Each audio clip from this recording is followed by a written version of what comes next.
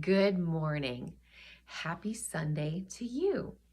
What if we go along with Franklin today and see what adventures he's getting up to?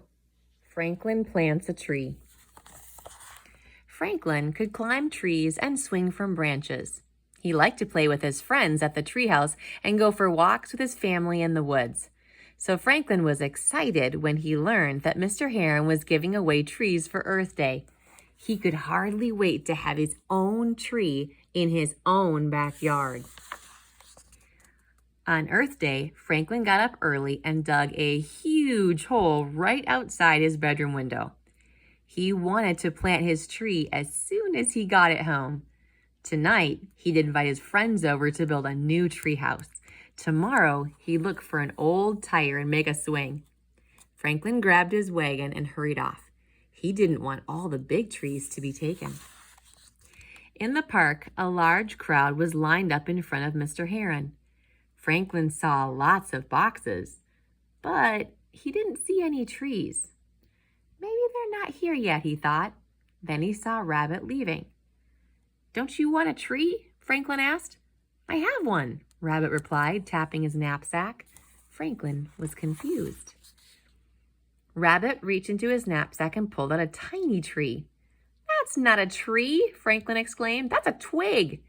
"It's a baby tree, Franklin," explained Beaver. "It's called a sapling. Mine's an ash and Rabbit has an oak." "Well, I am not getting a sapling," Franklin declared. "My tree has to be big enough to play in today." But when Franklin got to the front of the line, Mr. Heron gave him a sapling the same size as the others. "Could I have something bigger?" asked Franklin. "This is a sugar maple," replied Mr. Heron. "Many years from now, it will be very big indeed." Franklin nodded sadly. He put the sapling in his wagon and walked slowly home. Franklin sighed as he stared at the huge hole in his backyard. He shoveled earth back in until the hole was small. Then he went to get his sugar maple. But the sapling wasn't there. Franklin looked all around the garden and up and down the lane. It must have fallen out on the way home, he decided. At lunchtime, Franklin told his parents about losing his tree. "But it doesn't matter," he added. "It wasn't big enough to play in." "Big or little, you promised to care for it," said his father. Franklin slumped down his chair. "All right," he sighed. "I'll go look again." Franklin followed the path back to We'll try that sentence again. Franklin followed the path back to the park. By the pond, he saw Beaver. Her sapling was tied to a big stick marked with notches. "It's a growth chart," Beaver explained. "In 3 years, my tree will be taller than me." Thought Franklin. He began to look a little harder. In the meadow, Franklin saw Rabbit with a watering can. "I've planted my sapling where it can get lots of fresh air and sunshine," explained Rabbit, "and I'm going to water it every day," he added. Franklin thought about his sugar maple.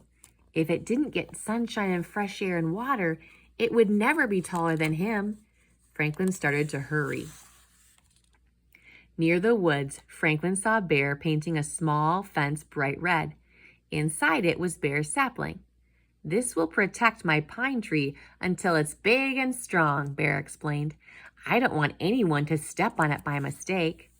Franklin thought about someone stepping on his sugar maple. If that happened, it would never grow big and strong and be taller than him. Franklin told Bear everything. "I've looked all over," Franklin moaned. "Now what do I do?" "Maybe someone found your tree and gave it back to Mr. Heron," Bear suggested. Franklin cheered up and ran off to find Mr. Heron. Back at the park, Franklin saw Mr. Heron packing up the boxes. "How's your sapling doing in its new home?" Mr. Heron asked. "I lost my tree, Mr. Heron," Franklin replied. "I've looked everywhere, but I can't find it." Mr. Heron reached into a box and lifted out a sapling. "Is this it, Franklin?" he asked. "Someone found it on the path." "My tree!" cried Franklin. "Thank you, Mr. Heron. I'm going to plant it right away." Mr. Heron smiled. Before Franklin left, Mr. Heron showed him a photograph. "That's me when I was your age," he explained. "Planting my first tree." "Did it grow?" Franklin asked. "It sure did," Mr. Heron laughed. "We're standing under it." Franklin looked way, way up. "You planted the treehouse tree?" he exclaimed. Then Franklin looked down at his sapling. He said thoughtfully. Franklin hurried home, his sapling held safely in his arms. He planted it and watered it and then checked on it every day. And every day Franklin was sure that his tree grew a little taller and a little stronger, just like Franklin. Now, Franklin reminds us of something very true, that sometimes the best things take time.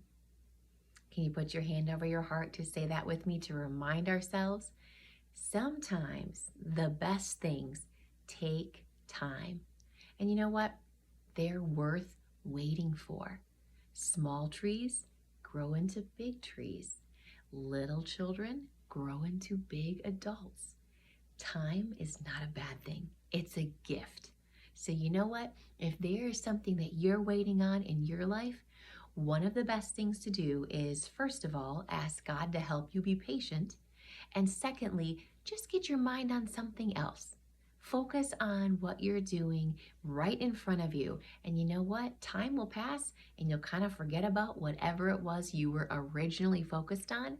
And you're going to suddenly realize, oh, all this time has passed. In this case, look at my tree. It's so much bigger. And you can enjoy watching it grow without being disappointed that it takes time to grow.